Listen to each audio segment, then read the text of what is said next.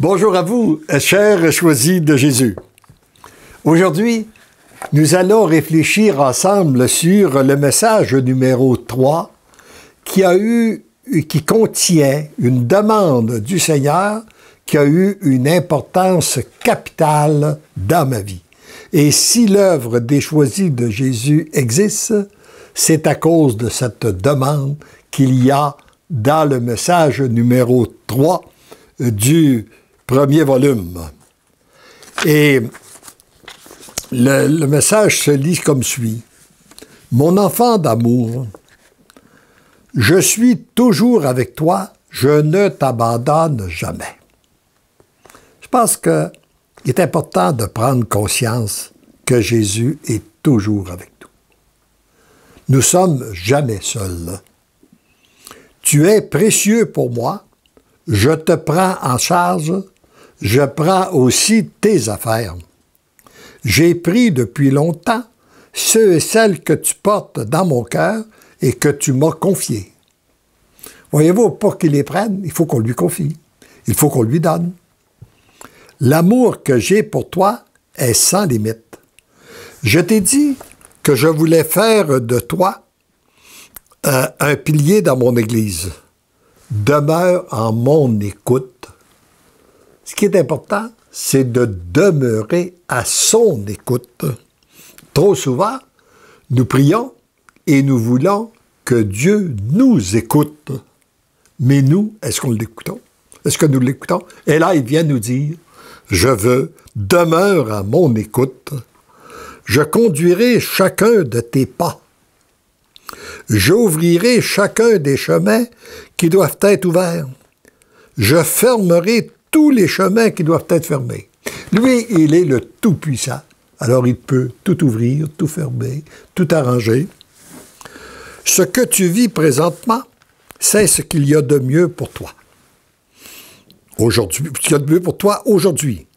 Demain, ce sera autre chose. Léandre, j'ai une grande demande à te faire. Acceptes-tu d'être pour moi celui qui ne vit que pour moi, qui renonce à son image, à son bien-être, à sa réputation, surtout à ses pensées? Réponds-moi. Eh bien, moi, j'ai répondu à cette grande question sans aucune hésitation. Ma réponse est un grand oui, avec autant de force que je le peux et de tout mon être. Tu connais mon impuissance, toi agis en moi, afin que mon oui soit comme tu le veux, pour ta plus grande gloire à toi. Et si les livres ont paru, lorsque l'éditeur m'a dit, parce que moi, vous savez, je n'ai pas cherché d'éditeur, j'ai simplement accepté de passer mes écrits à certaines personnes. Ils se sont retrouvés entre les mains d'un éditeur qui a dit « il faut publier ça ». Et la première question que je lui ai posée, est-ce que c'est nécessaire que mon nom soit là? Il m'a dit, c'est toi qui décides. Alors j'ai posé la question au Seigneur, vous trouverez ça dans un autre texte plus loin, et j'ai pas eu de réponse. Alors je me suis dit, donc, mon nom n'est pas important. Ce qui est important, c'est le message, c'est pas le messager. Et je me suis choisi un nom de plume. Joseph Antoine. Parce que sur mon baptême, sur mon nom de baptême, c'est Joseph Antoine Léandre. Alors donc, Joseph Antoine, personne ne me connaît sous le nom de Joseph Antoine. Et 3 mois plus tard que j'avais posé cette question-là, jour pour jour, j'ai reçu la réponse où il me dit « Ton nom n'a pas d'importance. Ce que je fais à travers toi, je peux le faire à travers n'importe quel de mes enfants de la terre qui me donnent leur oui. À une seule condition, c'est qu'ils me donnent leur oui. Mais j'aime passer par des gens bien identifiés. Regarde les gens que j'ai mis sur ta route pour te faire cheminer dans la foi. Tu les connais. Et moi, je veux passer. Donc, je veux que ton nom soit là. Tu auras à en souffrir, mais je veux qu'il soit là. Et là, j'ai accepté C'est à partir de ce moment-là que j'ai accepté que mon nom soit là. Et pour vous donner un peu l'état d'esprit que j'étais, quand le premier volume a paru, je savais que du côté de mon épouse, ça ne créait pas de problème parce que nous avons toujours cheminé ensemble. À chaque matin, je lui partageais ce que j'avais reçu dans la nuit. Mais du côté des enfants, je craignais beaucoup. Alors, personne ne savait que ça devait être publié. Même la majeure partie ne savait pas que j'écrivais non plus. Alors, j'ai attendu que le livre soit édité. Et dans la même semaine, je les ai rencontrés tous les 5 en leur disant « Voici, il vient de paraître un livre, mon nom est là. Je veux pas que tu l'apprennes des étrangers, je veux que tu l'apprennes de moi, parce que je ne serais pas surpris que très bientôt, il y ait des gens qui te disent « Ton père, en vieillissant, il vient fou. Et il est tellement fou qu'il pense que le Seigneur y parle. » Eh bien, tu pourras leur dire « Je suis au courant, je te le dis là. » En passant, ça n'a pas créé de véritable perturbation chez les enfants, mais ça n'a pas créé d'enthousiasme non plus. Mais c'est à la suite de cette parole-là que cette demande, parce que l'effet que j'avais donné ce oui-là, j'ai accueilli, j'ai accepté que mon nom soit là et qu'il soit publié.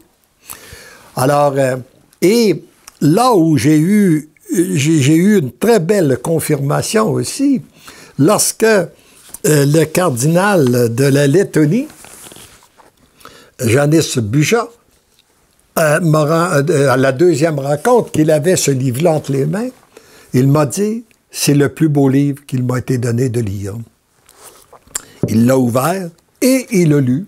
« Léandre, j'ai une grande demande à te faire. Acceptes-tu d'être pour moi celui qui ne vit que pour moi, qui renonce à son bien-être, à son image, à sa réputation, surtout à ses pensées, réponds-moi. » Bien, il dit, lorsque j'ai lu ce texte-là, j'ai compris que c'était à moi que le Seigneur posait la question. Et je me suis empressé de lui donner mon oui. Et aujourd'hui, j'ai la certitude que le Seigneur pose la question à tous les lecteurs et lectrices de ces livres-là. La personne n'est pas obligée de répondre.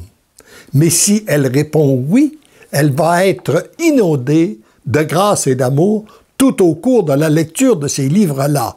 Si elle ne répond pas, ça peut être un livre comme un autre. Alors donc, j'y réponds. Alors, et après lui avoir donné mon oui, le texte continue. Je suis fier de toi. J'aime ton oui. Je le ferai grandir. Je te confie à ma Sainte Mère pour qu'elle t'enseigne, qu'elle continue à t'enseigner ce que tu dois savoir. Elle t'aime beaucoup et elle te protège. Sois sans crainte de continuer à avancer dans la foi. Tu as tout à découvrir. Prends le temps d'intégrer en toi ce que je viens de te donner. Et nous avons tous besoin d'être conduits par Maman Marie, qui est la reine des anges. Et elle nous conduit pas à pas, elle nous conduit dans les bras de Jésus, qui nous conduit au Père. Et petit à petit, ceci nous fait découvrir l'importance de l'amour de Dieu, de sa miséricorde. Et c'est le vœu, c'est la grâce que je demande pour vous aujourd'hui, que vous acceptiez de vous laisser, que vous redonniez votre oui, que vous vous laissez conduire par Maman Marie, car vous comme moi, sur le plan de la foi, nous avons tout à découvrir.